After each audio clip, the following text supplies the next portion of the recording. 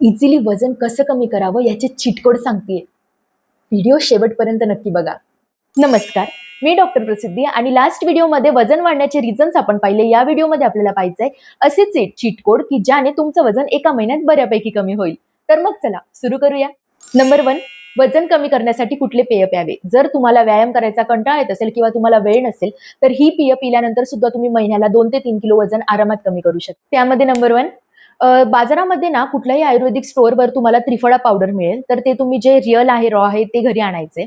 रोज रात्री 1 ग्लास कोमट पाण्याबरोबर अर्धा चमचा त्रिफळा पावडर त्यात मिक्स करायचंय आणि ते मिक्स करून रोज रात्री तुम्हाला प्यायचंय जेवण झाल्यानंतर. याने तुमचं मेटाबॉलिझम सुधारेल, फास्ट होईल, ब्लोटिंग होणार नाही, पचन सुद्धा सुधारेल. पण काही लोकांना त्रिफळा जे आहे तर त्याच्याने पोटाचे पचनाचे प्रॉब्लेम्स होऊ शकतात. तर तुम्ही आधी थोडंच त्रिफळा पावडर ऍड करा, पिऊन बघा. जर तुम्हाला काही त्रास झाला नाही तर तुम्ही अर्धा चमचा त्रिफळा पावडर रोज यूज करू शकता. नंबर 2, जिरे पाणी. रोज सकाळी 2 कप पाणी हे उकळायला ठेवायचंय. त्यात अर्धा ते 1 चमचा जिरे घालायचे किंवा जिरेपूड घालायची आहे. 1 कप पाणी उरल्यानंतर गॅस बंद करायचा आहे आणि ते पाणी गाळून तुम्हाला प्यायचं आहे. याचे एवढे जास्त फायदे आहेत, तुमची चरबी अशी एवढी पटापट कमी होणार आहे. त्यामुळे रोज सकाळी हे नक्की करा. त्यानंतर आहे नंबर 3, ते म्हणजे ताक. रोज उन्हाळा असू दे, हिवाळा असू दे, पावसाळा असू दे, जर तुम्हाला अवेलेबल असेल किंवा तुम्हाला जमत असेल तर रोज जेवण झाल्यानंतर 1 ग्लास ताक तुम्ही नक्की पिलं पाहिजे. तुमच्या प्रकृतीनुसार त्यात जिरेपूड किंवा कोथिंबीर हे जे प्रकार आहेत ते घालू शकतात. पण साखर आपण त्यात ऍड करायची नाहीये. मीठ सुद्धा कमी प्रमाणात ऍड करायचंय. असं रॉ प्युअर ताजं ताक तुम्हाला रोज 1 ग्लास प्यायचं. नंबर 4 आहे कोमट पाणी. हे मी लिटरली माझ्या प्रत्येक वेट लॉस व्हिडिओमध्ये सांगितलेलं आहे की रोज सकाळी दिवसाची सुरुवात ही 1 ग्लास कोमट पाण्याने करायची आहे. याच्याने संहितांमध्ये सुद्धा हे लिहिलेलं आहे की याच्याने महिन्याकाठी तुम्ही 1 ते 2 किलो वजन कमी करू शकतात आणि फॅट मेटाबॉलिझम सुधारतं, ब्लोटिंग होत नाही, पचन सुधारतं आणि खूप जास्त फायदे कोमट पाण्याचे आहेत.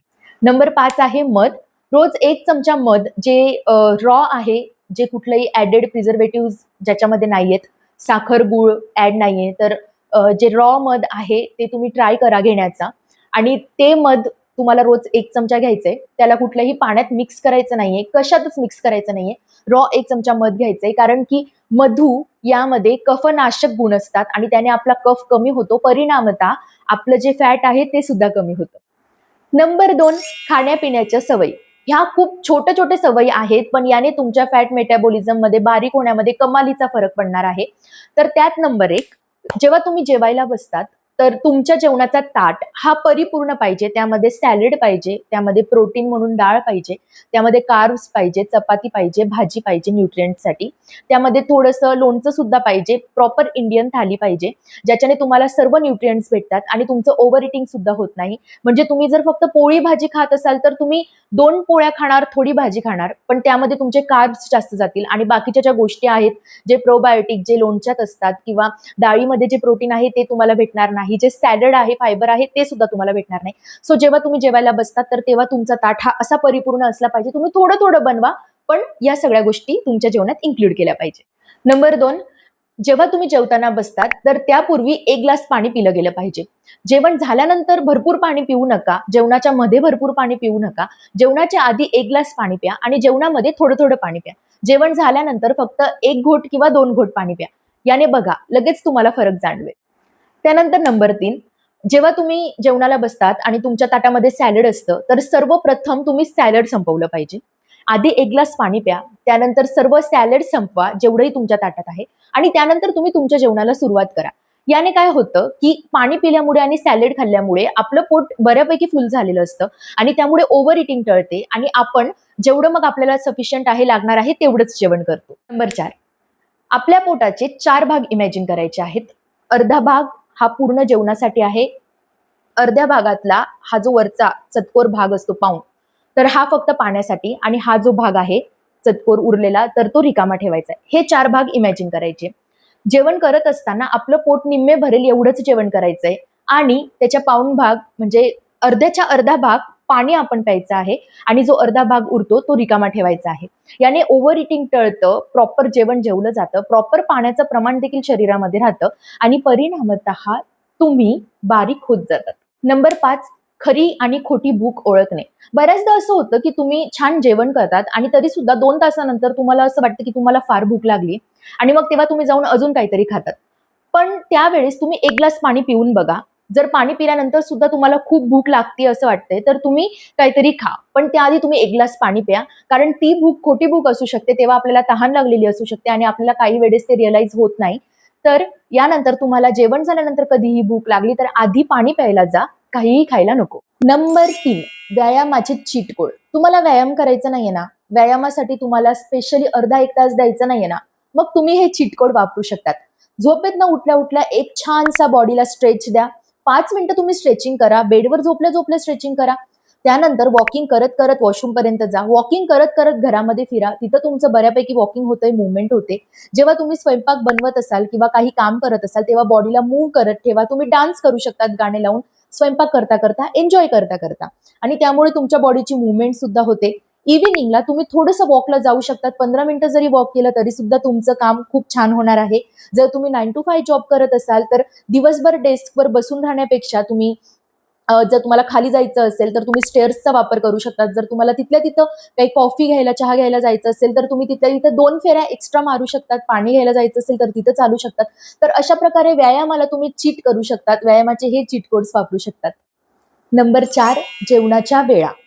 सकाळी 11च्या आधी जेवण आणि रात्री 7च्या आधी जेवण ही आयडियल वेळ आहे. जर तुम्ही या वेळेत जेवण करत असाल, तुमच्याने थोडं ओव्हर इटिंग जरी झालं तरी सुद्धा तुमच्या बॉडीवर त्याचा इफेक्ट जास्त होणार नाही.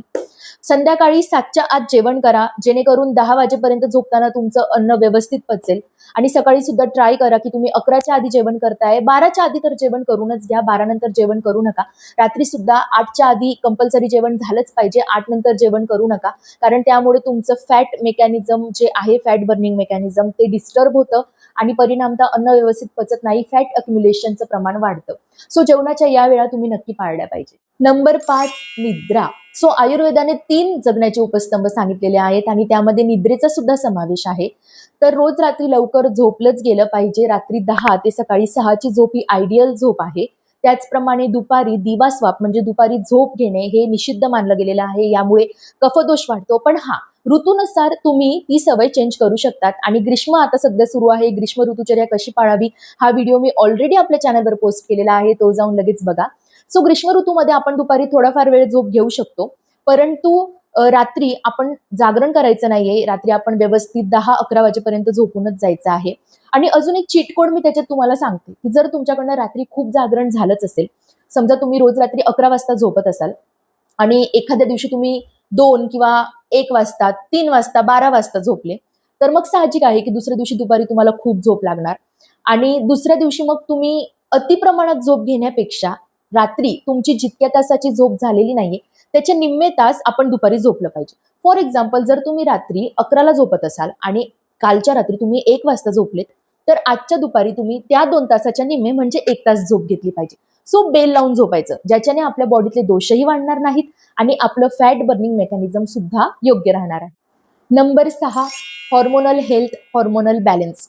सो आता मी तुम्हाला जेवढ्या सुद्धा सवयी सांगितल्या त्या जर तुम्ही व्यवस्थित फॉलो केल्या ना, तर तुमचे हॉर्मोन्स सुद्धा व्यवस्थित आपोआप चालायला लागतील. पण त्यामध्ये सुद्धा एक चिटकोड मी तुम्हाला सांगते. हॉर्मोन्स आपल्याला प्रॉपरली बॅलन्स ठेवायचे असतील तर सीड्स खाणं सुरू करा. Flax seeds, pumpkin seeds, sunflower seeds, त्यानंतर सेसेमे सीड्स, या 4 सीड्सचं सीड सायकलिंग करून तुम्ही कंझ्युम करू शकतात किंवा सीड्स मिक्स रोज 1 चमचा किंवा त्याचा लाडू बनवून सुद्धा तुम्ही कंझ्युम करू शकतात. त्याचसोबत स्ट्रेस आणि एन्झायटी कमी करून सुद्धा आपली हॉर्मोनल सायकल व्यवस्थित करू शकतात. नंबर 7, स्ट्रेस आणि एन्झायटी मॅनेजमेंट करणे. सो आता तर असं झालंय ना की एवढूसा जरी काही इनकन्व्हिनियन्स झाला तरी सुद्धा स्ट्रेस येतो. एवढ्या एवढ्याशा मुलांना एन्झायटी व्हायला लागते आणि कुठल्याही आयुष्यात कुठलेही मोठे प्रसंग आले किंवा कुठल्याही अशा इमोशनल हलवून टाकणाऱ्या गोष्टी आल्या की त्याचा ट्रॉमा आयुष्यभर बसून जातो आणि त्यामुळे आयुष्यभर स्ट्रेस, तो ट्रॉमा, ती एन्झायटी कंटिन्यू राहते. पण याचा एक छान चीट कोड मी तुम्हाला सांगते आणि बऱ्याच लोकांना ना हे पटणारच नाही. पण तुम्ही ना स्वतःसोबत वेळ घालवा. No screen time, no mobile, no reading, nothing. एका ठिकाणी बसून राहा, काहीच विचार करू नका किंवा जे विचार तुमच्या मनात येत आहेत ना तर ते येऊ द्या. टेरेसवर जा, गार वाऱ्यात उभे राहा किंवा कुठल्या तरी नदीच्या किनारी जा, तुम्हाला पाणी आवडत असेल पाण्याच्या किनारी जा किंवा तुमच्या रूममध्ये बसून राहा. पण जस्ट शांत बसून राहा, मेडिटेट करा, स्वतःला शांत करा. तुम्ही एकदा करून तर बघा. मला माहितीये हे करत असताना आपल्या मनामध्ये प्रचंड विचार येतात. त्यावेळेस आपल्याला असं वाटतं की मोबाईलच बघितलेला काय वाईट, किंवा काहीतरी वाचलेलंच काय वाईट, किंवा टीव्हीच बघितलेला काय वाईट, कारण की मन तर अशांतच आहे. पण हे फक्त 5 ते 10 मिनिटं होणार आहे. नंतर तुमचं मन आपोआप शांत होईल. तुम्ही स्वतःशी जुळायला लागाल. ऍक्च्युली तुमच्या आयुष्यात काय प्रॉब्लेम आहे, ऍक्च्युली कुठली गोष्ट घडतीये आणि त्याला तुम्ही कसं टॅकल केलं पाहिजे याचे विचार सुद्धा तुमच्या मनात येतील. आणि ट्रस्ट मी, हे सर्व मी केलेलं आहे, त्यामुळे मी हे सर्व तुम्हाला सांगते. तर ही गोष्ट, हा चीट कोड तुम्ही तुमच्या स्ट्रेससाठी एकदा यूज करून बघा. आणि मग बघा तुमचा स्ट्रेस कसा कमी होतो. आणि ज्या दिवशी तुम्ही स्ट्रेस आणि अँझायटी घेणं सोडलं ना, त्या दिवशी तुमचे हॉर्मोन सुद्धा जागेवर येणार आहेत. आणि तुमचं जे फॅटचं जे एक्युम्युलेशन आहे ते सुद्धा कमी होणार आहे. ज्यावेळेस आपण ना आपल्या आयुष्यातली टेन्शन किंवा स्ट्रेस या सगळ्या गोष्टी जेव्हा सोडून देतो ना, तेव्हा आपण इंटरनली आणि एक्सटर्नली ग्लो करतो. आपलं मन सुद्धा शांत राहतं आणि परिणामतः आपलं शरीर सुद्धा शांत राहतं. आणि त्यामुळे हे जे प्रॉब्लेम्स आहेत ना, स्थूलता येणे, मधुमेह म्हणजे डायबिटीस, किंवा थायरॉइडचे प्रॉब्लेम्स, स्त्रियांमध्ये पीसीओडीचे प्रॉब्लेम्स, मासिक पाळीसंबंधीचे आजार, हे सर्व आपोआप कमी व्हायला लागतं. आपलं मन शांत ठेवण्यासाठी ना, मी वापरलेला एक महत्वाचा चीट कोड तुम्हाला सांगते. जास्तीत जास्त झाडांसोबत वेळ घालवा. तुम्हाला गार्डनिंगची आवड नसेल किंवा तुम्हाला माहित नसेल ना, तुम्ही एक छोटं तुळस लावा. रोज त्याची काळजी घ्या. जर तुम्ही कुठल्या शेतीकडे राहत असाल, खेडेगावात राहत असाल, तर तुम्ही शेतात जा. आजूबाजूच्या ग्रीनरीला बघा. कुठलाही ऋतू असला तरी एकतरी हिरवं झाड असतंच ना आपल्या आजूबाजूला. त्याच्यासोबत राहा, त्याच्या सानिध्यात राहा. झाडांशी बोला. झाडांना तुमच्या इमोशन्स सांगा. आणि झाड सुद्धा त्या गोष्टीला रिॲक्ट करतं. हे कदाचित तुम्हाला अतिशयोक्ती वाटत असेल, पण हे मी स्वतः अनुभवलेलं आहे. माझ्या घरामध्ये सुद्धा मी एक अपराजिताचा वेल लावला होता. आणि खूप खूप इच्छेने, खूप आनंदाने आणि खूप होप्सने मी तो वेल लावला होता. आणि सुरुवातीला मी त्या वेलाला रोज काळजी घ्यायची, त्याच्याशी बोलायची. तो तो वेल ना ज्या दिशेने मी बोलायची, जिथे मी उभी राहायची, ती एक स्पेसिफिक जागा मी ठेवली होती. त्याच्या बाजूला, त्या वेलाच्या बाजूला मी एक काडी लावलेली होती की ज्याच्यावर तो वेल असा वाढेल. पण ज्या बाजूला मी उभी राहायची ना, त्या वेलाचा ओघ हा त्याच बाजूला होता. आणि ही एक एवढी महत्वाची आणि एवढी छान गोष्ट माझ्यासोबत झाली होती ना, की त्या अनुभवानंतर मी प्रत्येकाला सांगते की जर तुम्हाला तुमचा स्ट्रेस, ट्रॉमा, अँक्झायटी हे सर्व मॅनेज करायचं असेल ना, तर तुम्ही झाडांसोबत वेळ घालवा तुमचा. आणि झाडांशी तुम्ही कनेक्ट व्हा, निसर्गाशी तुम्ही कनेक्ट व्हा. तर हा एक स्वतःचा अनुभव आणि एक चीट कोड मी तुम्हाला सांगतेय. हा तुम्ही नक्की एकदा ट्राय करून बघा. सो येस, या सगळ्या गोष्टी जर तुम्ही व्यवस्थित कन्सिस्टंटली फॉलो केल्या ना, तर तुमचं 1 ते 2 महिन्यामध्ये खरंच 3 ते 4 किलो वजन आरामात कमी होणार आहे. जर तुम्ही व्यायाम नाही केला, जिमला नाही गेले, वॉकिंग नाही केलं, तरी सुद्धा तुमचं वजन 100% कमी होणार आहे, तुम्ही या सगळ्या गोष्टी केल्या तर. पण हा, या गोष्टी करत असताना तुम्ही जंक खात असाल, शुगर इंटेक खूप जास्त तुमचा असेल, तर मग याचा जो परिणाम आहे ना, तो थोडा स्लो होऊ शकतो. बेटर, जर तुम्हाला व्यायाम करायचा नाहीये आणि तरी सुद्धा बारीक व्हायचंय, तर तुम्ही हे स्ट्रिक्टली फॉलो करा. नाहीतर मग तुमच्या जाडीला आणि तुम्हाला, चला, व्हिडिओ बघत बघत जर इथपर्यंत तुम्ही आलेले असाल ना, तर प्लीज चॅनलला सबस्क्राईब करा. आणि हा व्हिडिओ जास्तीत जास्त लोकांपर्यंत शेअर करा, जेणेकरून ते सुद्धा तुमच्यासारखे सडपातळ आणि बारीक झाले पाहिजे. तर मग चला, भेटूया आता पुढच्या संडेला. तोपर्यंत बाय बाय. Stay hydrated.